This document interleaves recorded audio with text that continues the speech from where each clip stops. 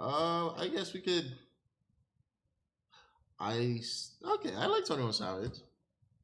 I just chilling. 21 Savage was nothing more than another mindless mumble rapper. He used to get bullied online for things like ruining hip hop, the effortless way in which he raps, and even for the way he pronounces words. But through growth, focus, and persevering through adversity, 21 Savage has outlasted the era he came up in. Well, Bro, my top rappers of that era. I'd say Kodak. I'd say Lil Uzi. I'd say 21 Savage. Just from, I don't know who I was listening to the most from that cipher. I wasn't listening to Lil Yachty. while so many other rappers have disappeared into obscurity. It's your boy Luis, and today we're gonna be investigating how 21 Savage went from being an absolute joke to becoming one of the most respected rappers in the game. 21 Savage was basically born into chaos. Growing up in the Zone 6 area of Atlanta, he was immediately exposed to some of the horrors that it had in store, including his father being a drug addict. Through witnessing his dad scrape together cash for his next hit, he revealed that the life of a gangster was the way to make money and escape the poverty he saw around him. My whole life, really, you know what I'm saying? My dad smoked dope, so he was a little goddamn J. So I always used to see like him doing little crackhead shit. That's how I knew what crack was. And then, you know what I'm saying, when it got in that grade where like, man, I want them new shoes that all these spoiled that motherfucker got, that's when I started jumping in the street trying to, you know what I'm saying, hustle, sell some little weed. So it's really been my whole life, really, since I was born, you know what I'm saying? I've been involved with the street. But hands-on, I'd say about 13, 14. Although he claimed that he had a song or two just like everyone else in the hood, Savage never really saw hip-hop as a way out for him, until one day when everything changed. On his 21st birthday, Savage was involved in a shootout with his ops that resulted in him being shot 6 times. While he did escape with his life, his best friend died before his eyes. To deal with the pain, this caused 21 to harden himself and turn more ruthless than ever. Turned into a savage, man. I got on that bull. I was goddamn trying to kill everybody, man. Everybody. If you a nigga motherfucking look at me wrong, B, he's gonna die, B. You know what I'm saying? Anybody who owes me money, B. They got on that real goddamn paid in full. Where did you get hit? The only bad part is if you kill somebody for the bread, you ain't gonna never get the bread. Like, you'll never get the bread at that point. My hand, my neck, my arm, my finger, and my collarbone. So you got hit 4 times. As well as causing him to grow colder, the whole thing was a wake-up call for Savage that made him wonder if music was the answer. Because if it wasn't for the fast-thinking paramedics that arrived on scene, he could have easily died that night. They put me on the stretcher, cut my clothes off, put me on the stretcher, boom.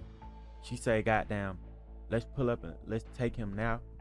Cause if Sarge get here, he'll fuck around and die, cause they'll be trying to ask him questions before they let us take him away type shit. Right. That shit with me like the whole, like after I really was just thinking about it, like damn, how many of my partners who like I wasn't there, but they got shot and they around and died because somebody wanted to question them. After that shit just changed. That's when I really started. This is your Odds, Betterment. odds. And this is your money with Betterment. Your Start rapping. I'm just gonna try something new. Gifted studio time by his late friend's uncle, 21 began trying to find his flow, and after 2 years of work, he dropped the Slaughter tape in 2015.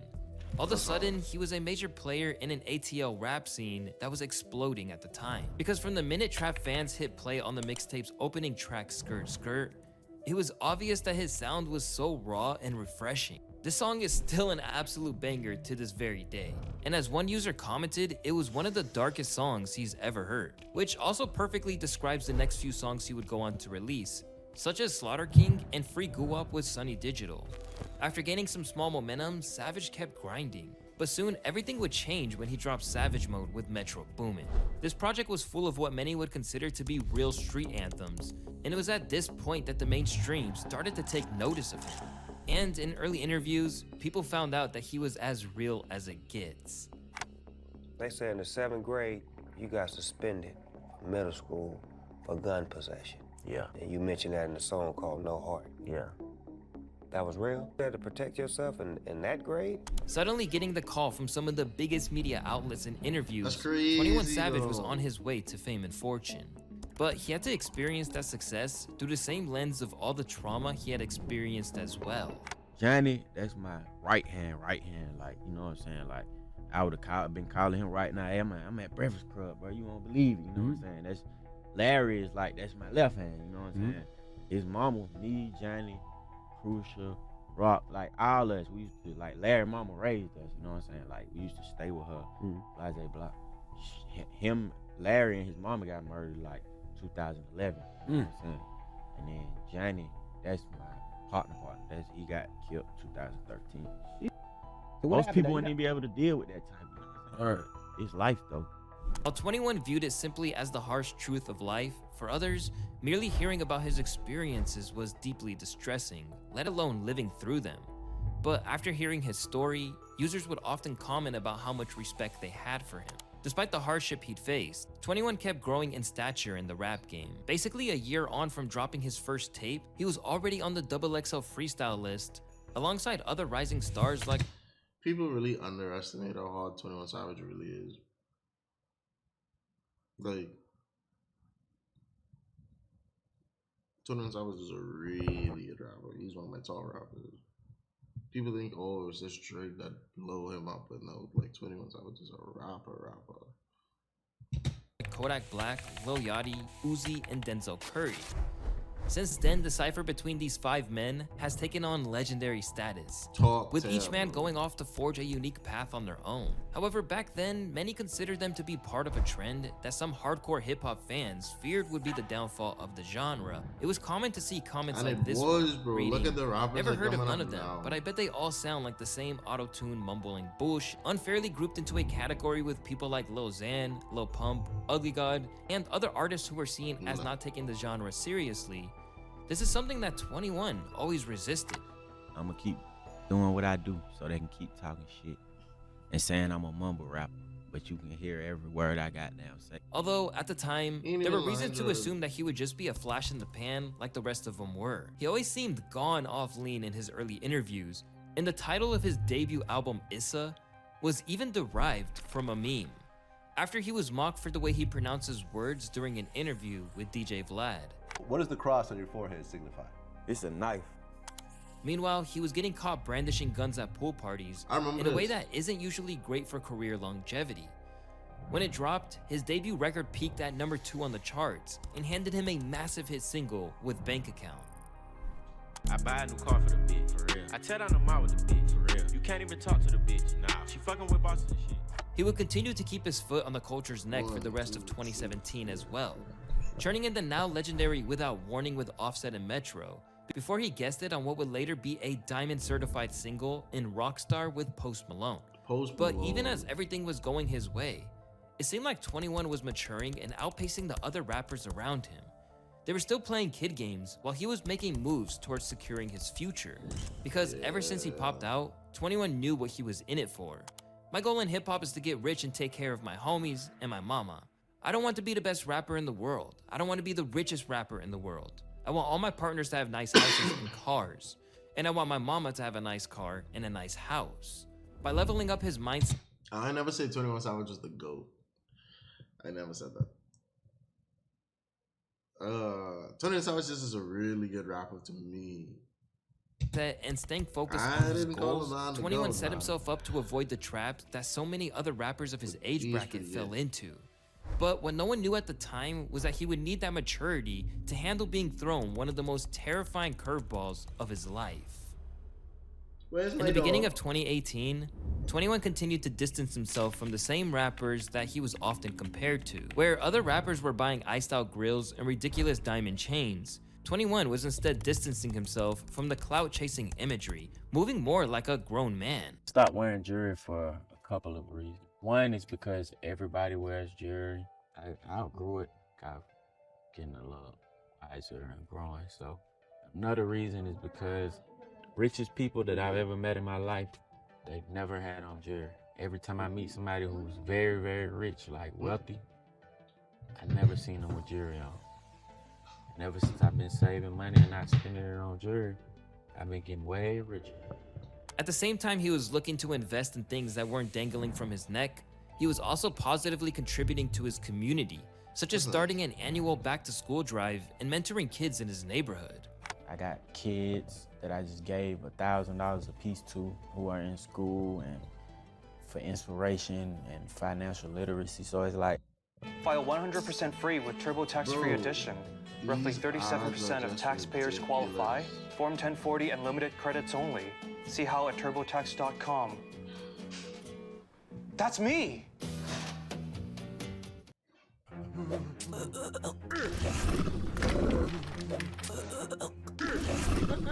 I'm still in the hood, it's just you gotta change what you do in the hood, cause you could be positive still in the hood. You know, like being in the hood don't just make you negative. Like you could be in the hood doing negative stuff, or you could be doing positive stuff. Although his lyrical content hadn't changed much from the gangster rap bars of his youth, every time he stepped up to a mic to talk about his journey led him to gaining more and more praise that other rappers from his freshman class weren't getting. And it was things like this that helped him receive massive respect from his audience, who saluted 21's perspective and how much he's matured. But it wasn't just the audience noticing. Even a rapper who was very scornful of 21's generation saw that there was something different about him. Just 7 months after J. Cole unveiled 1985, a track which basically ridiculed the cockiness of so-called mumble rappers like Lil Pump, who assumed that they would always be on top, he gave 21 Savage a feature after the two hit it off at Jay-Z's Made in America festival. This moment proved that 21 was already seen as operating above the kind of rappers that the Dreamville CEO was once taking aim at, when just a few years earlier, he was also seen as one of them. Their collaboration a lot would be the intro to his sophomore album, I Am Greater Than I Was. Far from just an album title, the album got 21 Savage endless praise and reviews for stepping his game up and really learning his craft. Armed with his first #1 album, Savage was on top of the world. But without warning, his past would come back to derail his life as he knew it. As on February 4th, 2019, 21 Savage got detained by ICE as an illegal immigrant. According to officials with Immigration and Customs Enforcement, Shaya bin Abraham Joseph, who goes by the stage name 21 Savage, was arrested for overstaying his visa. The rapper allegedly entered the U.S. illegally in 2005, but failed to leave under the terms of his non-immigrant visa when it expired the following year. The rapper has long claimed Atlanta as his hometown, but ICE officials say he's actually a British citizen. Bro, you trying to tell me all these years, I was here going to school, well, not really in school. I was here like chilling for years, bro, and now out of the blue, you feel the need to pick me up and try to send me home? Come on now. Most people didn't even know 21 Savage was from anywhere other than Atlanta, so the news came as a massive shock. Exactly. Why did they wait, bro? Like, from 2005 to 2021, what were you doing, bro? Like, what do you gain from that? And for some people, the only answer was to make the whole thing into a meme. Suddenly taken away from his loved ones, what was very sketchy about the whole ordeal was that he was detained just days after he had publicly criticized ICE during a recent performance on Jimmy Fallon, where he rapped the lines, "Been through some things, but I couldn't imagine. My kid's stuck at the border." Straight away, people thought this was a little too coincidental, and his lawyer even called the whole thing curious and troubling. Held for 9 days and forced to miss his performance at the Grammys, Savage spoke out just 24 hours after he was released and basically suggested that the whole thing had been orchestrated. I don't even know. I was just driving and I just seen guns and blue lights. And then I was in the back of a car and I was gone. They didn't say nothing. They just said, "We got Savage." It was definitely targeted. For a lot of people, That's this might have wild, made them bro. resentful or maybe even a little scared to stay on the path that they were on, but not for Savage.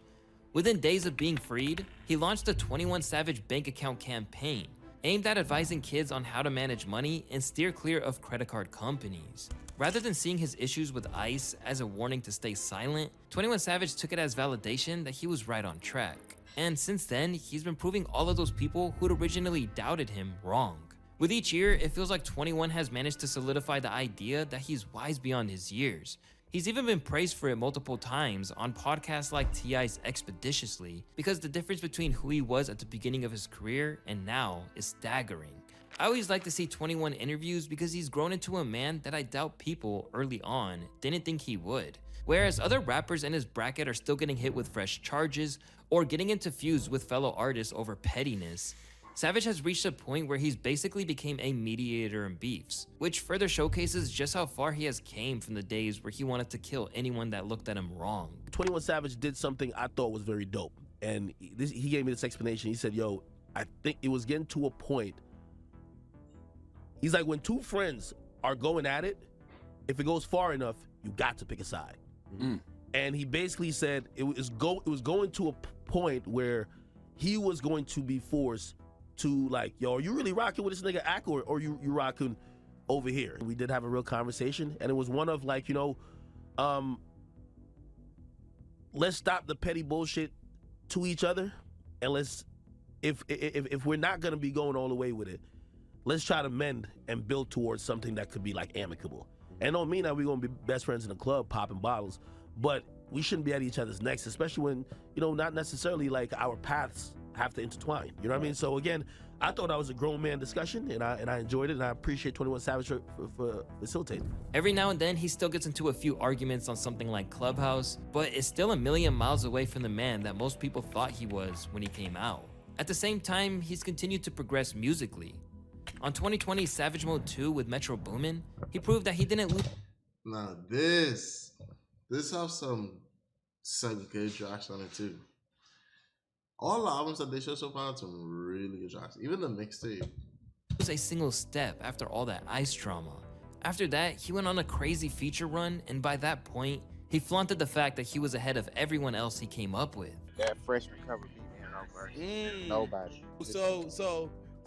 So you could beat Lil Uzi? Hell yeah.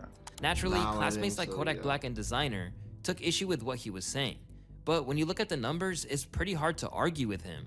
In 2022, he had the top 5 most entries on the Billboard 200 without putting a single record out. Then in 2023, he had a huge year, courtesy of teaming up with Drake for their collaborative album, Her Loss.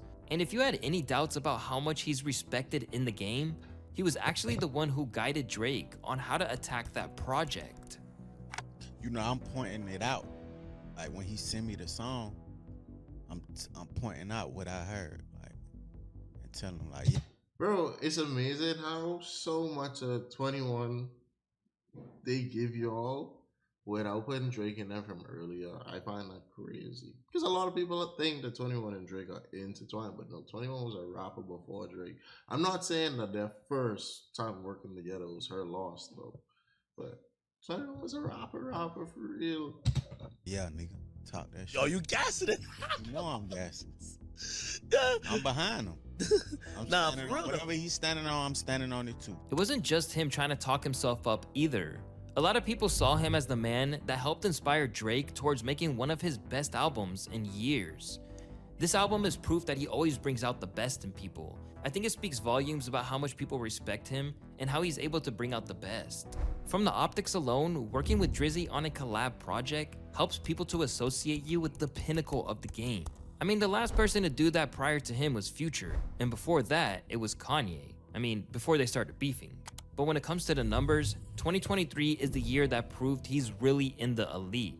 This year, 21 racked up 6 billion streams without releasing a solo project. That puts him at 6th overall in the US, with only Taylor Swift, Drake, Morgan Wallen, Bad Bunny, and The Weeknd. That album, Her Loss, was... I've heard some pretty good 21 and Drake songs. Performing better than him. Whether you're a skeptic that thinks Drake put him on, or someone who believes that 21 Savage is just a superstar in his own right, there's no denying that he's flourishing right now, in a way that most of the artists who came up in that mumble rap wave just aren't. And more importantly, he's done it without getting involved in drama or doing cheap publicity stunts to keep his name out there. Besides that, what makes what he's accomplishing also impressive is that he's doing it without even trying to compete. Jimmy Kicks Imagine is a if really good song. ChatGPT That and was one of the Canva had a songs I baby. saw just now. That's That creative song AI. It's the hard. only generative AI designed. Oh, 21 so that Savage video was is nothing done. Okay, the video is done. I was confused for a second. Yeah, I was pretty confused. So, guys, I remember telling you that I had a surprise for the stream, and got a Shih Tzu. Yes, I got a dog. Say hi. Itairi. So, her name is Luna. We are about 2 days ago. She was born in November.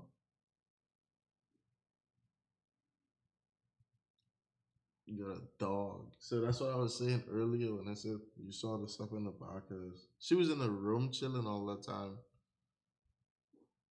But I asked her, hi, what's going on with you? But yeah, so Luna gonna be chilling. Not you like y'all. I don't know what to y'all. Yeah, she chilling. So yeah, me and Luna watching YouTube. I don't know if she really watching. She looking over there.